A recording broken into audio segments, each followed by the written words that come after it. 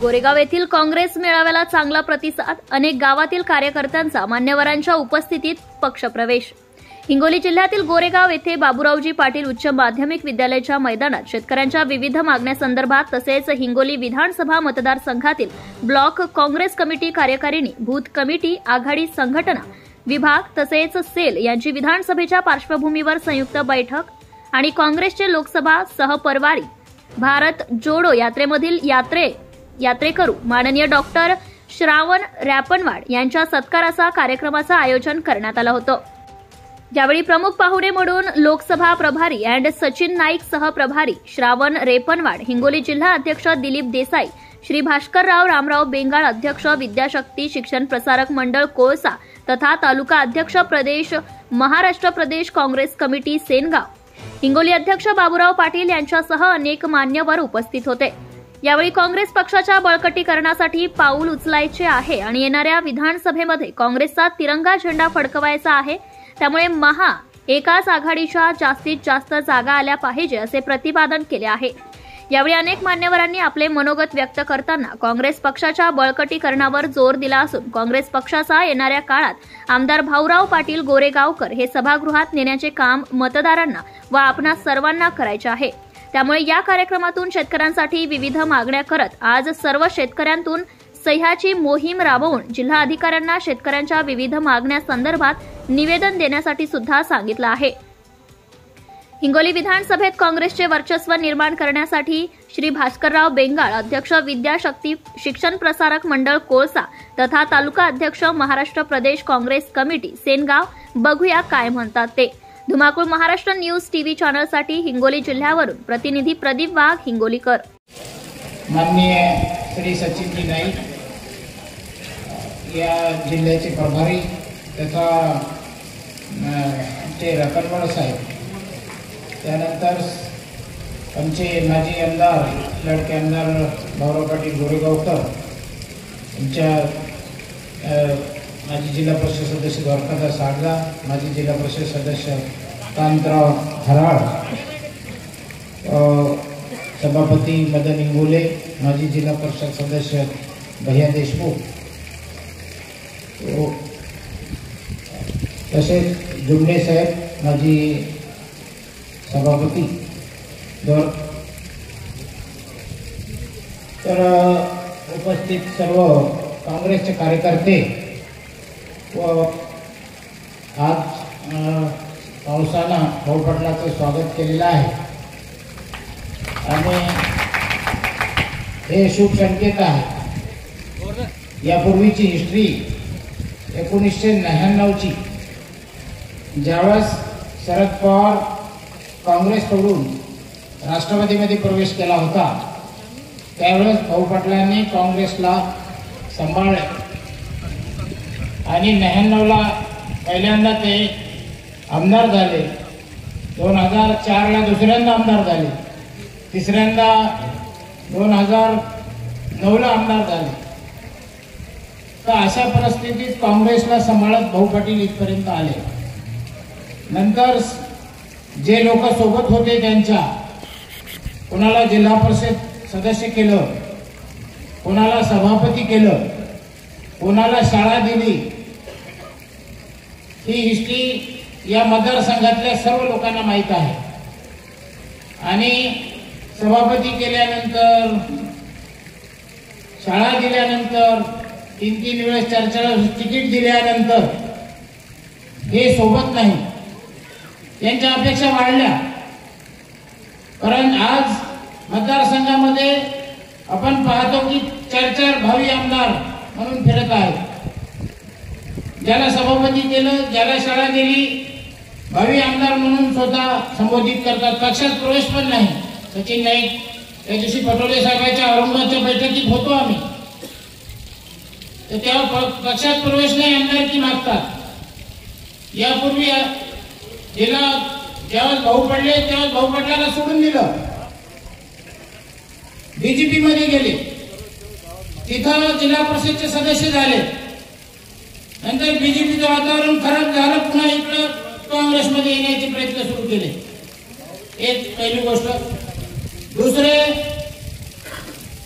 ज्याला सभापती केलं शामराव जगताप आज आमदारकीचे स्वप्न पाहत आहेत. तिसरा विषय सुधीरप्पाचा, नगराध्यक्षाच्या पदाला तिकीट दिलं, त्यावेळेस तिकीट दिल्यानंतर निवडून नाही आले अशा व्यक्तीला आमदारकीचे स्वप्न ते पाहतात. चौथे आमचे विनायक देशमुख, माझ्या विरोधात 3 वेळेस तिकीट दिलं. 2002 ला दिलं, 2007 ला दिलं, 2012 ला दिलं, गटनेता केलं, पण नाही राहिले सोबत. आम्हाला काही नाही मिळालं तरी आम्ही भाऊ सोबत आहे. काही सगळं मिळाल्यावरच सगळं काही प्रगती होत असते असं काही नाही. आम्ही शिक्षण क्षेत्रात प्रगती केली, राजकारण दूर ठेवलं. तर हे सांभाळत असताना आजच्या घडीला काँग्रेस पक्षातही काही होऊ शकते, कारण निष्ठावंत काँग्रेसला सांभाळणारे 1999 पासून तर त्या माणसाला जर तिकीट नाही दिलं काँग्रेस पक्षानं, तर आज मी सगळ्यांच्या वतीने सांगतो, आणि तुम्ही जर सांगा म्हणत असेल तर बोलतो की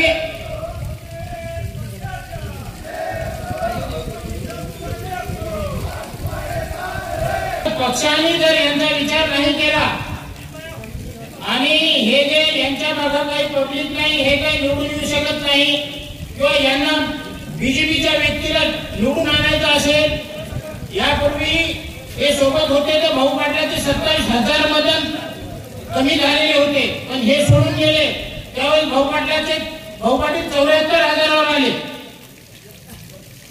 म्हणून आज जी पब्लिक आहे भाऊ पाटलाच्या पाठीमागे, आज पाण्या पावसामध्ये कोणालाही न आणता पब्लिक आलेली आहे, मनानं आलेली आहे.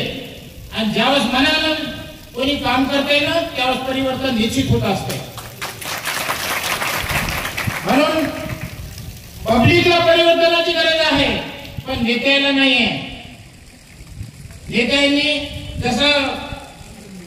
जसं बीजेपी मध्ये बाहेरचे लोक राष्ट्रवादीचे घेतले, शिवसेनेचे घेतले, काँग्रेसचे घेतले, एका लोक भाजपचे आमदार नव्हते का, 105 आमदार होते, पण त्यांना काही दिलं नाही. त्यांनी इतर पक्षाचे लोक घेऊन पक्ष निवडणुका लढवल्या, पण ज्यांनी पक्ष सोडले त्यांना अजिबात लोकांनी मतदान केलं नाही.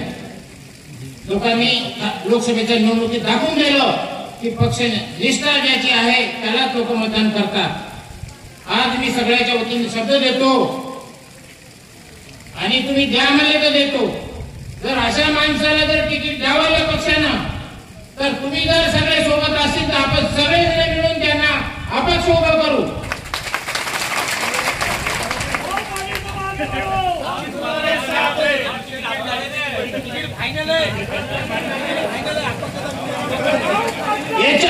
यानंतरची प्रोसेस सांगतो.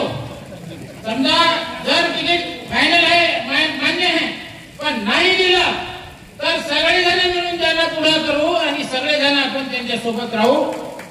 एवढे बोलून माझे 2 शब्द संपवतो. जय हिंद, जय भारत. पक्षाचे आदेश होते की याप्रमाणे शेतकऱ्याला न्याय मिळाला पाहिजे आणि त्या न्याय मिळाला पाहिजे त्या दृष्टिकोनातून तुम्ही कार्यक्रम घेतले पाहिजे. आमच्या दोन्ही प्रभारीनं या ठिकाणी प्रभारी असो सहप्रभारी असो यांचा आपण आता सत्कार केला की जे त्या ठिकाणी राहुल गांधीसोबत चालले, या दोघांनी सांगितलं की या ठिकाणी आपल्याला शेतकऱ्याचा एक मेळावा ठेवला पाहिजे तुम्ही, आणि त्याप्रमाणे मी हा शेतकऱ्याचा मेळावा ठेवला आणि तो शेतकऱ्याचा मेळावा आपण पाहिला असेल. एवढ्या भर पावसामध्ये ती लोक या इतक्या मोठ्या संख्येनं या ठिकाणी आणि त्या दृष्टीनं सचिन नाईक साहेबांनी पहिल्या दिवसापासून प्रभारी झाल्या पहिल्या दिवसापासून आणि मी सुद्धा प्रभारी असल्यापासून आम्ही बारकाईनं रिपोर्टिंग नानाभाऊ पटोले असतील, प्रदेशाला असेल, ऑल इंडिया काँग्रेस कमिटीला असेल, आम्ही देत आलेलो आहोत. म्हणून एखादी चुकीची गोष्ट किंवा एखादा निर्णय चुकला असेल म्हणून काँग्रेस पक्षाचं आपल्याकडे लक्ष नाही असं समजू नये. भाऊ पाटलांना पुन्हा एकदा विनंती करतो की काँग्रेस पार्टीचं विलासराव देशमुख साहेबांचं स्वप्न पूर्ण करण्यासाठी, राहुल गांधींचे हात बळकट करण्यासाठी, नाना पटोलेंचं नेतृत्व उज्ज्वल करण्यासाठी, अमितभाई देशमुखांना आपलं मराठवाडा मजबूत आहे दाखवून देण्यासाठी तुमची साथ, तुम्ही सोबत राहणं, तुम्ही सभागृहात राहणं हे गरजेचं आहे. म्हणून तुम्ही या ठिकाणी